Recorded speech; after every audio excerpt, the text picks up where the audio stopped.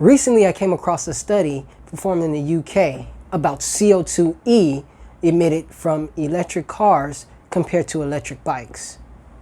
The study was fascinating as it covered all aspects of energy exerted from cycling to production of the electric bike. Which would you guess puts out the most amount of energy? The electric car or the electric bike? Well, let's find out. Welcome to the Cruiser Racer channel. I'm Rebel Lion of the Electron Rebels Bike Club, and this is Bike Talk. Bike Talk is a personal vlog with electric bike enthusiasts. Here we share with you news about the e-bike industry and new technologies. We also feature electric cruiser and cafe racer brands. And we specifically highlight custom and DIY electric bikes. If this channel appeals to you, and you like what we like too, please click like and subscribe. Now let's get to the show.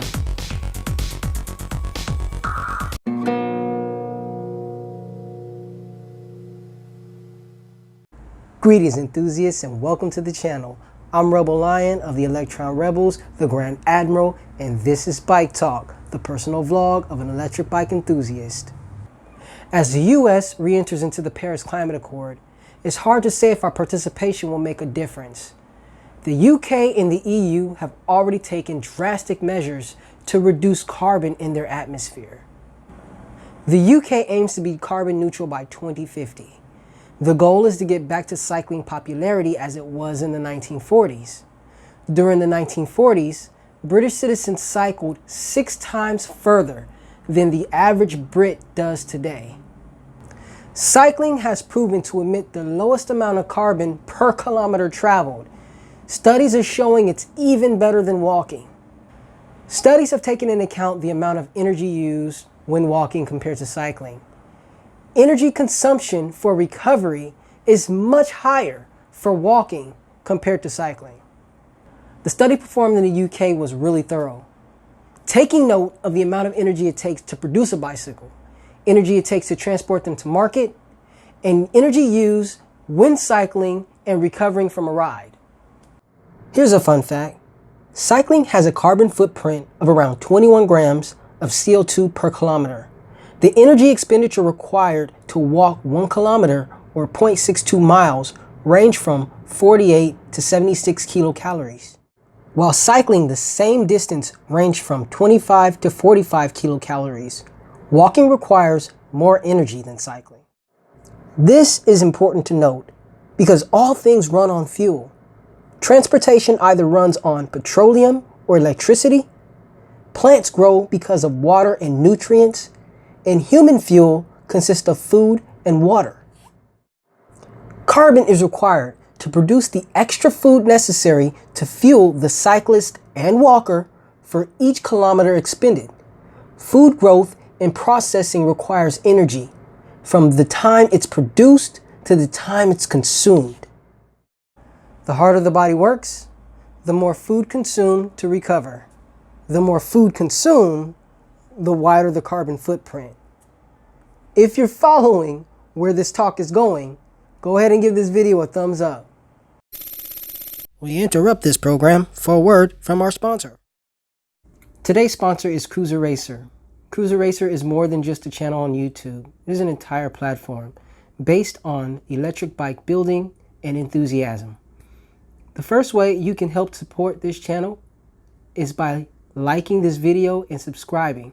And if you'd like to go a little further, check out our store on Teesprings. In the store, you'll find eye-popping and authentic designs from the Cruiser Racer line and the Electron Rebels. This is a great way to support this entire platform and help us grow. So head on over to the store and check out our designs today. Now back to the show. So, how does electric bikes and electric cars weigh out in comparison? Well, manufactured electric bikes produce 134 kilograms of CO2e compared to the 17.5 tons of CO2e emitted from electric cars just to produce the battery. Electric cars have been heavily criticized for the reliance on rare earth elements, such as these here. I'm not going to even try to say these names. The only ones I can pronounce is lithium and cobalt. I'm not saying that e-bikes are without flaw. Yes, EVs use rare earth elements as well, but there are significantly less amounts in an electric bike versus an electric car. In time, electric cars will become more affordable, and the number of EVs on the road will increase. And although these cars may reduce the amount of CO2 in the atmosphere, they will still not reduce the amount of cars on the road. Congestion will still play a major part in our everyday commute, and the more time spent on the roads leads to more inactivity to improve our health and lifestyle. EVs will continue to present the same challenges that we face with combustion automobiles. They will still create tire and brake dust and take up space. Plus, roadways will still need to be maintained and repaired all the same. My intention isn't to crap on electric cars. I'm just saying that in the West, we can be less automobile reliant. Electric bikes are just as efficient as electric cars. If you have a family with small children, get a cargo bike. There are several brands that have models for riding small passengers. If you want to ride with your passenger, get a pillion to accommodate a passenger. If you want to go somewhere as a family, then ride as a group. It's literally no different than what the Indians do in India or what the Dutch do in the Netherlands. The Netherlands is a prime example of what can happen when a society places cycling before driving. Dutch people cycle all year round. This is a country that experiences some of the coldest weather in the winter, yet it doesn't stop them from getting to point A to point B. The US may not have the infrastructure yet, but we do have the land. And no thanks to the pandemic, we also have the labor. One of the most innovative creations that came from the Great Depression was the national park system. President Roosevelt created jobs for the unemployed to carve out the national parks, which helped to preserve natural green spaces. I truly hope Biden's infrastructure plan includes building more cycling-friendly cities. It would be a great way to re-engineer our economy as we move forward into the 21st century. Not only would it help the US lower carbon emissions for the world, it would also create new jobs and open us up to another industry. I, for one, want to see more cities, including the one I reside in, do better with providing more efficient, safe, and easily accessible cycling infrastructure. In a previous Builder's Corner, I featured the state of Arizona. Arizona has done a fantastic job with creating cycling infrastructure. Recently, I read the Utah Active Transportation Plan documents, also known as the Bicycle and Pedestrian Master Plan, which is a guide to how Utah plans to change the way citizens transport in their state by adding many more safe pedestrian and bike paths by 2035. The way Utah plans to construct these spaces are well thought out, just as the infrastructure was in Arizona.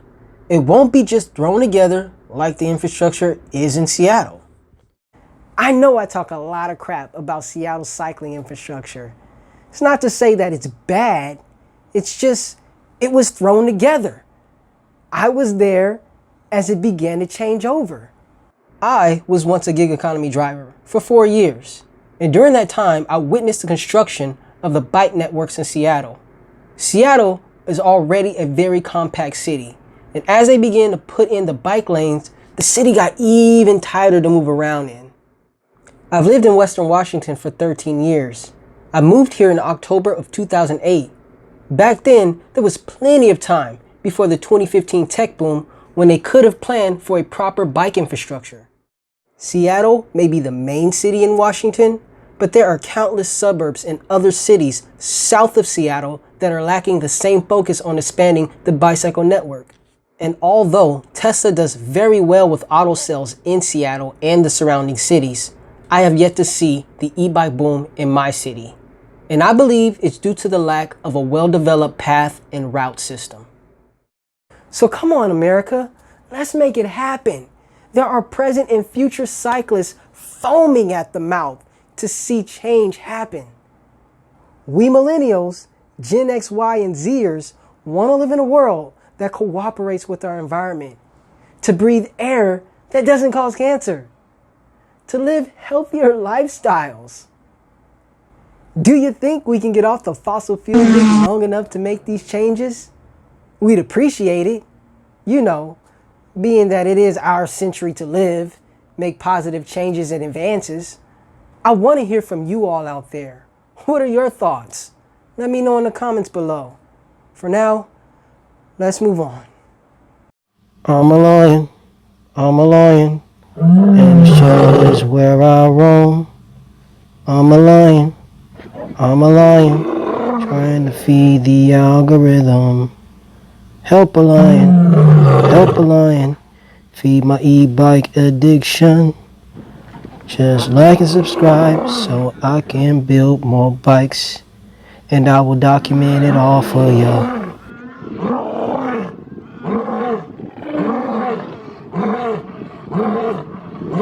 Thank you. You're so kind.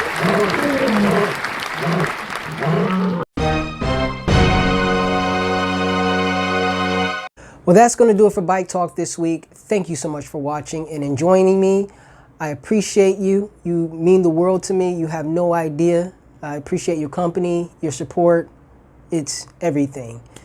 With all that said, please bear with me. I know there's a lot of background noise in this video. If you can tell or if you heard it, it's summertime and I work out of a building that has minimal ventilation. So I need windows and I need fans going, and that's the best I can do. Otherwise I'd be sweating in front of the camera and that's just not presentable. If you like what you saw this week and enjoyed the video, go ahead and give us a thumbs up. And if you're not subscribed to the channel, subscribe. I post new videos, new content twice a week, just for you, for your delight. So subscribe, there's always more to come. With that said, I look forward to seeing you on Friday for another episode of the Builder's Corner. Do me a favor this week, stay safe out there and ride easy. If you'd like to be part of our purpose, mission, and our journey, please consider becoming part of the Electron Rebels Bike Club. You can find links to the club in the description below. Ride easy.